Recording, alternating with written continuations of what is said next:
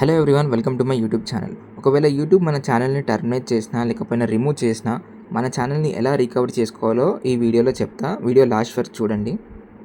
ఈ ఇన్ఫర్మేషన్ అంతా నేను ఎక్కడి నుంచో కలెక్ట్ చేసింది కాదు, ఇది నా పర్సనల్ ఎక్స్పీరియన్స్. యూట్యూబ్ నా ఛానల్ని రిమూవ్ చేశాక నేను ఏమైతే స్టెప్స్ ఫాలో అయ్యానో, నాకు ఎంత టైం లైన్ పట్టిందో ఈ వీడియోలో చెప్తే చూడండి. ఈ స్టెప్స్ ఫాలో అయితే కంపల్సరీ మీ ఛానల్ కూడా రికవర్ అవుతుంది. యూట్యూబ్ నుంచి మనకు ఒక మెయిల్ అయితే వస్తుంది. మన ఛానల్ని రిమూవ్ చేశాక మనం ఏమైతే వయలేషన్స్ చేసామో అది ఎక్స్ప్లెయిన్ చేస్తుంది ఆ మెయిల్లో. ఇక్కడైతే spam deceptive practices and scams పాలసీని ఒక వయలేషన్ వచ్చింది. యాక్చువల్లీ ఇది ఒక జనరల్ వయలేషన్. మేబీ ఇది ఏఐ వల్ల రావచ్చు, ఆర్ ఎల్స్ మనం కూడా ఏదైనా మిస్టేక్ చేసి ఉండొచ్చు. మీకు స్పామ్ ఆర్ డిసెప్టివ్ ప్రాక్టీసెస్ అంటే ఏంటో ఒక ఎగ్జాంపుల్లో చెప్తా వినండి.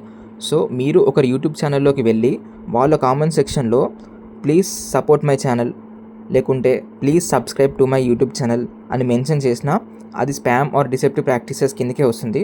సో అలాంటి తప్పులు మీరు మనకు సబ్స్క్రైబర్స్ రావాలనుకుంటే మన టాలెంట్ ఆర్ ఎల్స్ మన కంటెంట్ చూసి రావాలి, అంతేకాని వేరే వాళ్ళ కామెంట్ సెక్షన్లోకి వెళ్ళి ప్లీజ్ సపోర్ట్ అని చేయొద్దు. అది స్పామ్ కిందకి వస్తుంది, ఛానల్ రిమూవ్ అవుతుంది.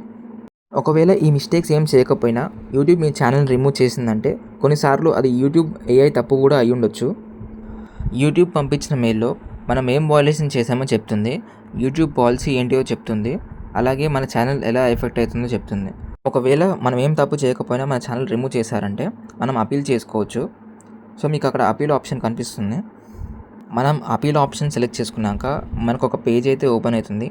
దాంట్లో మనం స్టెప్ బై స్టెప్గా అన్ని డీటెయిల్స్ ఫిల్ చేయాలి. ఫామ్ ఓపెన్ అయ్యాక మనం డీటెయిల్స్ అన్ని ఫిల్ చేయాలి. మన పేరు, మనం ఏ ఈమెయిల్ ఐడితో మన ఛానల్ని క్రియేట్ చేసామో ఆ ఈమెయిల్ ఐడి ఫిల్ చేయాలి. తర్వాత మన ఛానల్ మీకు స్క్రీన్ మీద కనిపిస్తుంది కదా, ఇది మన ఛానల్ యూఆర్ఎల్.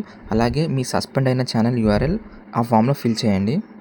లాస్ట్లో ఒక బాక్స్ అయితే కనిపిస్తుంది కదా, సో ఆ బాక్స్లో అయితే మనం ఒక ఎక్స్ప్లెనేషన్ ఇవ్వాలి. మన ఛానల్ని ఎందుకు రిమూవ్ చేయదో ఒక జెన్యూన్ రీజన్ చెప్పాలి.